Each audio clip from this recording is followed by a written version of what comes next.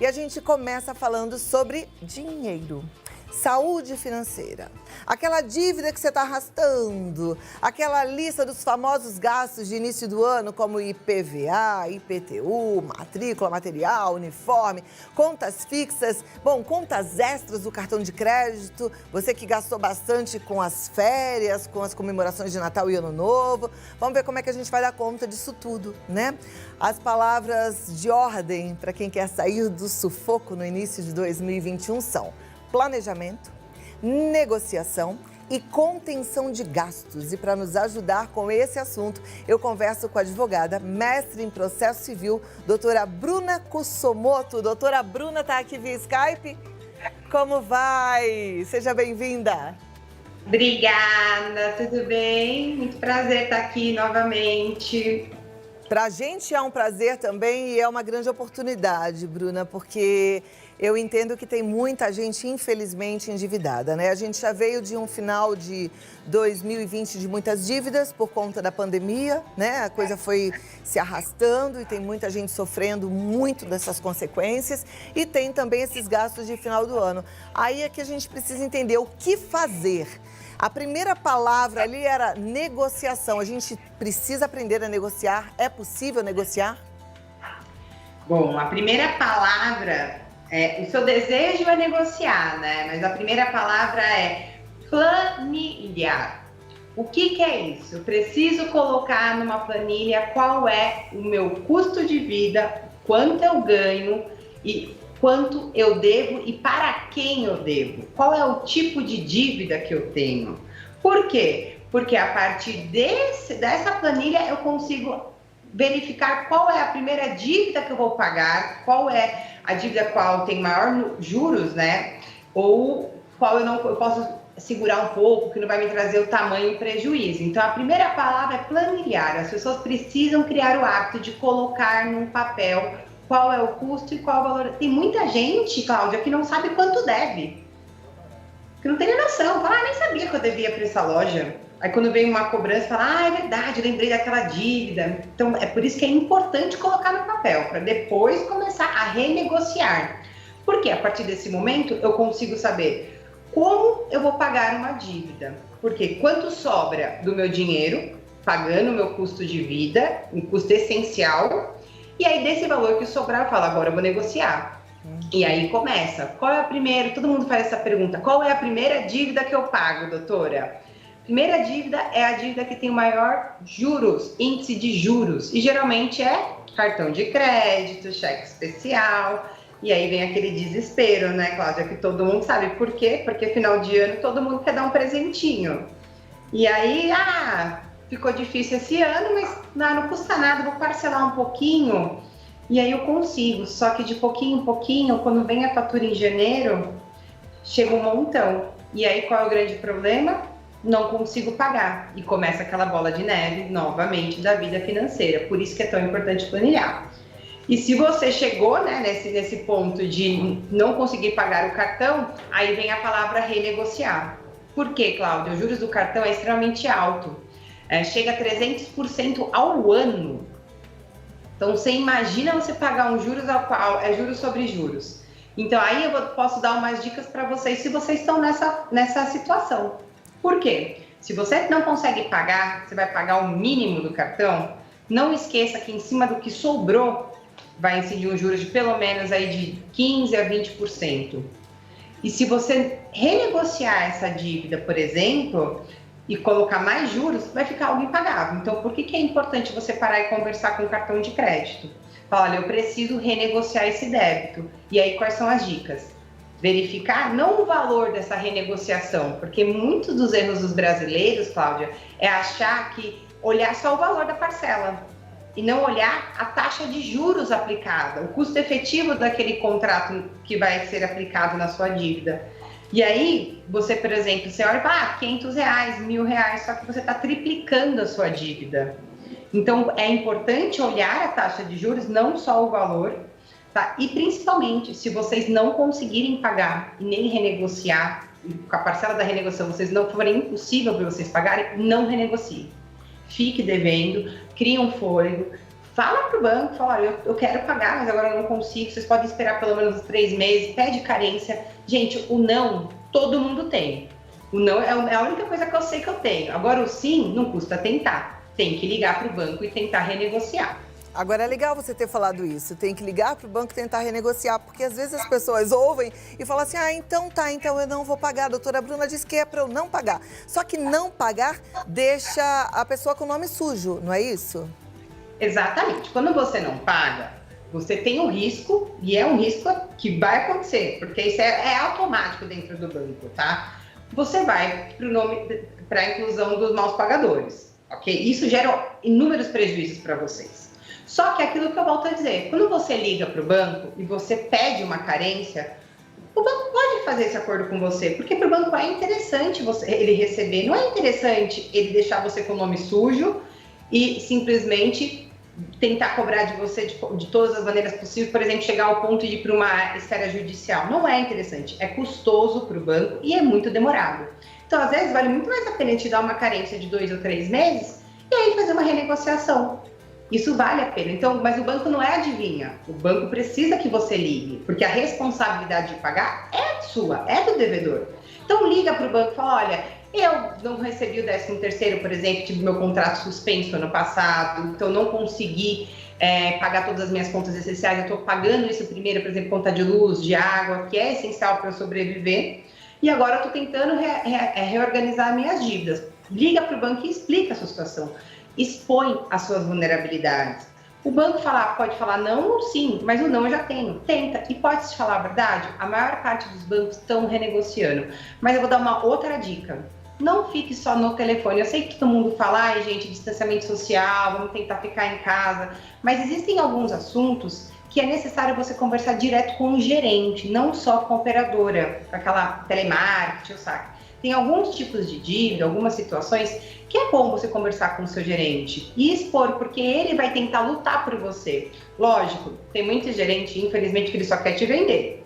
Consórcio, crédito, te dá limite, porque ele ganha como meta, né? Infelizmente. Mas existem outros gerentes que também vão querer lutar para tentar te renegociar, porque ele fica prejudicado se você fica inadimplente na carteira dele. Então, a gente tem que tentar utilizar também algumas metas que o próprio gerente tem que cumprir. E ele não quer ter uma carteira inadimplente. Então, liga para o gerente, conversa, fala, eu estou com um problemão, você pode me ajudar? Preciso de uma carência de 3 meses, não me negativa, porque se você me negativar, eu não vou conseguir um trabalho, por exemplo, eu vou ter dificuldade. Então, eu preciso. Expõe a sua vulnerabilidade. E assim, gente, volto a dizer, uma dica que eu dou super importante. Se vocês forem parcelar a dívida do cartão de crédito, após os 30 dias que você não pagou a sua fatura, observe a taxa de juros. Mas verifique se existe outro tipo de empréstimo dentro do seu banco ou de outro banco com juros menor. Muitas vezes existe, por exemplo, o crédito consignado, o empréstimo consignado, ou algum empréstimo que você dá um carro em garantia. Por que eu estou falando isso? Porque os juros é muito menor. Quando o banco tem garantia de algo, os juros é menor, porque o risco dele perder dinheiro é menor. E aí, lógico, consequentemente, os juros vai cair. Então, é extremamente importante também verificar outras formas de pagamento, outras formas de empréstimo para pagar o cartão e o cheque especial. E por que eu falo especificamente desses? Porque são os que têm os juros maior, índice de juros maior, que realmente enforca todos os devedores e vira uma bola de neve e é desesperador. Perfeito. Então tem que fugir disso aí, hein, gente? Prestar bastante atenção. É uma tentação ter um cartão de crédito na mão, mas não esqueça, aquele limite não te pertence. Coloca isso na sua cabeça. Só gasta se você já sabe que vai ter esse dinheiro para pagar no mês que vem. E de preferência, tudo de uma vez. Não pode parcelar, porque senão vem juros também novamente. Eu tenho uma dúvida que alguns telespectadores já pediram para eu fazer. Existem serviços de cobrança, até mesmo de cartão de crédito. É mais interessante negociar com o serviço de cobrança ou nem atende serviço de cobrança e vai direto no banco? Não, gente, o negociar com quem liga, geralmente os bancos terceirizam a cobrança, tá? Dependendo da quantidade de dias, ele já até vendeu a sua dívida, por exemplo, para uma empresa de cobrança. E aí sim fica impossível de você ir no banco negociar. O que eu sempre sugiro? Converse também com a pessoa que está te cobrando. E fala, olha, Você está me cobrando? Ok, quero pagar. Faz um acordo, tenta expor, eu consigo pagar R$1.000 por mês, mas se você me colocar um juro de 5%, eu não vou pagar, prefiro não pagar, entendeu? Porque eu tenho outras prioridades, para mim é absurdo, tem que verificar muito bem isso. Tente negociar, tanto com ele, e aí não deu certo com a cobrança, liga pro gerente.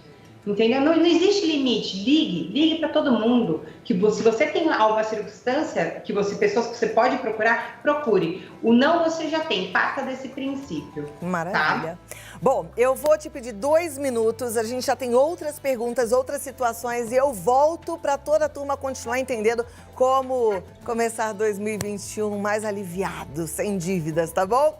2 minutos e a gente está de volta. A doutora Bruna Kussomoto nos ajudando, nos orientando aqui a ter saúde financeira. Saúde financeira é importante. Vem cá, vamos de volta aqui com a doutora Bruna Kussomoto. Doutora, de volta aqui para a gente continuar a nossa conversa, né? A gente recebeu algumas perguntas. A gente já tem as perguntas na tela? Deixa eu ver para qual produção. Não, eu tenho algumas perguntas já para te fazer, mas daqui a pouquinho a gente vai colocar na tela. A primeira é o seguinte: vale a pena cair naquela tentação de trocar de carro só para ter um dinheiro de volta, tal chamada troca com troco? Depende. Primeiro ponto, acho que eu tenho que pensar se vale a pena ter carro, se você está precisando de dinheiro. Acho que esse é o primeiro ponto. Porque, querendo ou não, se você colocar na ponta do lápis, a manutenção, seguro e PVA, às vezes é mais fácil você pegar Uber, né? Mas existem pessoas que preferem, não, preciso de carro a qualquer custo, vou vender e pegar o mais barato. Vale a pena? Vale, desde que você verifique se realmente o carro está com manutenção em dia, se ele consome tanta gasolina quanto o outro, ou mais, ou menos. Por quê? Porque às vezes ganhar 10 mil num carro na troca vai te trazer mais prejuízo se ele for um carro mais antigo e sem nenhum tipo de manutenção ou conservação. Até mesmo porque se ele gastar mais combustível, o valor do combustível está, por exemplo, com a gasolina, R$4,40, quase R$5 daqui a pouco. Às vezes não vale a pena também se ele gastar demais. Então todo esse tipo de gasto, tá vendo que eu pontuei algumas coisinhas tão bobas? Tem que ser colocado no papel para verificar se realmente vale a pena trocar de carro para pegar esse dinheiro de volta ou se vale a pena manter um carro. Muito bem. A próxima pergunta que a turma já levantou aqui é em relação àqueles empréstimos feitos com agiota. Agiota é uma profissão lícita? A pessoa que tem uma dívida com agiota deve negociar? Precisa de advogado? Como é que é isso? Bom, gente, vamos lá. O que é ser um agiota? Tá? Porque tem muita gente que fala assim, peguei empréstimo com agiota. É um cara que não tem nenhum tipo de CNPJ, não fez nenhum tipo de contrato e ele coloca um juros extremamente abusivo sobre você, tá? Isso as pessoas denominam como agiota, porque ele entrega para várias pessoas. Em regra, eu emprestar dinheiro para você não me faz ser agiota, tá? O que eu ganharia fama de agiota é colocar um juro extremamente abusivo e fazer você pagar, tipo, agir a pagar, forçar a colocar pessoas. Isso não é legal, tá? Isso não é permitido. Agora, emprestar dinheiro, pessoa física emprestar dinheiro para o outro, isso pode, desde que seja dentro do limite legal. Ele não pode aplicar um juros igual o banco, tá? Não se aplica a regra de que não tem limite, porque tem. Só não tem limite de juros os bancos, as instituições financeiras. De resto, todo mundo tem limite de juros, tá? Que é o juros legal. Então, portanto, se você precisa negociar com essa pessoa, você precisa realmente a mesma situação. Falar, olha, eu não tenho dinheiro, ou você aguarda, ou simplesmente você vai ter que entrar com um processo contra mim. Por que, gente, eu falo que é difícil você negociar? Porque você não sabe quem é a pessoa, esse agiota. Porque geralmente a palavra agiota vem com uma ideia também de algo pesado, algo criminoso, algo violento, né? E existe muito isso no Brasil, pessoas que se aproveitam de pessoas mais que estão precisando e colocam juros de 10%. Eu já tive isso aqui no escritório, por exemplo. Isso é crime. E o cara não consegue pagar. Doutora, o que eu faço? Falei, espere ele entrar com ação para te executar. Porque aí sim, ele não vai conseguir aplicar um juros de 10%, ele vai ter que colocar um juros de 1%. E aí a gente consegue negociar e aí sim a gente consegue diminuir os juros. Porque, infelizmente, essas pessoas, você não consegue uma comunicação muito civil, né? Mais calma, dentro da lei. Portanto, eu super sugiro a você, se você não conseguir um contato educado, civilizado com o agiota, infelizmente, ele vai ter que entrar com uma ação contra você e aí sim realmente os juros vai cair demais, porque ele não vai poder cobrar esses juros, já que ele não é uma instituição financeira e não está autorizado a cobrar juros acima do juro legal. Perfeito. No mais, a minha opinião é fuja desse tipo de empréstimo. Melhor é fazer tudo de forma muito legal. Dívidas de escolas, cursos, tem muita gente que não está conseguindo pagar. E aí, hein?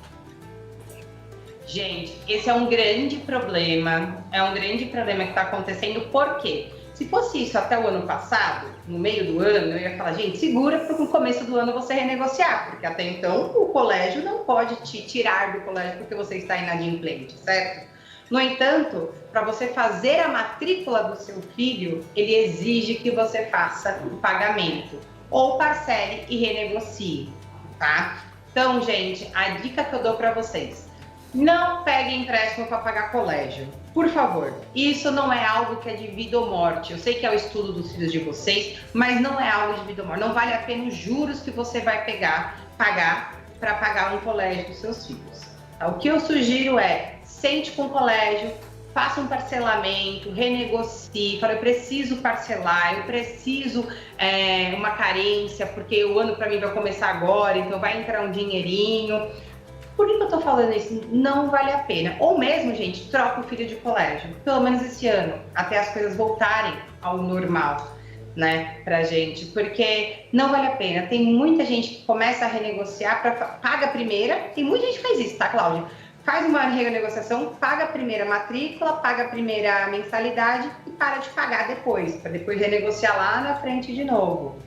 Isso não é algo moralmente legal, né? Muito bom. Mas é uma coisa que o pessoal faz. Então, para você não fazer isso e ter mais problema durante o ano de 2021, senta com a pessoa e fala, eu consigo pagar o atual e consigo pagar R$500 por mês, por exemplo. Não sei, depende do colégio, tem colégios que são extremamente caros, né? Tenta negociar e aí, volto a dizer, a demonstrar as suas vulnerabilidades e a sua situação para o colégio faz com que crie uma empatia e logo que as pessoas tentem chegar a um acordo, porque não vale a pena entrar no judicial. É caro e demorado. Perfeito. Alguma outra consideração, doutora Bruna Kussomoto? A gente chegou ao fim praticamente, mas tem mais um minutinho aí para você. Gente, eu vou fazer uma observação. Para vocês negociarem, vocês não precisam só negociar desconto. Tem muita gente que fala, mas eles não me dão desconto de jeito nenhum. Negocia taxa de juros também. Um juros de 3%, pede um. Entendeu? Então, é uma dica que vocês podem pedir, tem muito banco que tá dando, viu? Então, fique esperto, não custa nada, não tem que pedir. E outra que eu falo para vocês, gente, aproveitem a taxa Selic baixa. Se vocês têm financiamento imobiliário, vocês podem ligar para o banco de vocês, no setor de crédito imobiliário, e pedir essa redução. Caso vocês não consigam, procure um advogado, e com um advogado de direito bancário consegue fazer isso para vocês, tá? Porque diminui muito, chega uma diminuição de 10% para 6,99% de taxa de juros de um contrato de 100 anos, por exemplo, para pagamento. Você imagina o quanto vocês economizam, ok? Então, a dica que eu dou é essa, para vocês tentarem começar 2021 de uma forma mais calma e conseguir respirar. Muito bem, muito obrigada, foi muito bom revê-la, um 2021 maravilhoso e que você venha muitas vezes para a gente ficar cada vez mais esperto aí com tudo que a lei nos protege, tá bom? Obrigada, doutora Bruna. Obrigada. Vamos lá, deixa eu te passar só os contatos aqui. É Kussomoto Advogados no Instagram, @Kussomoto Advogados.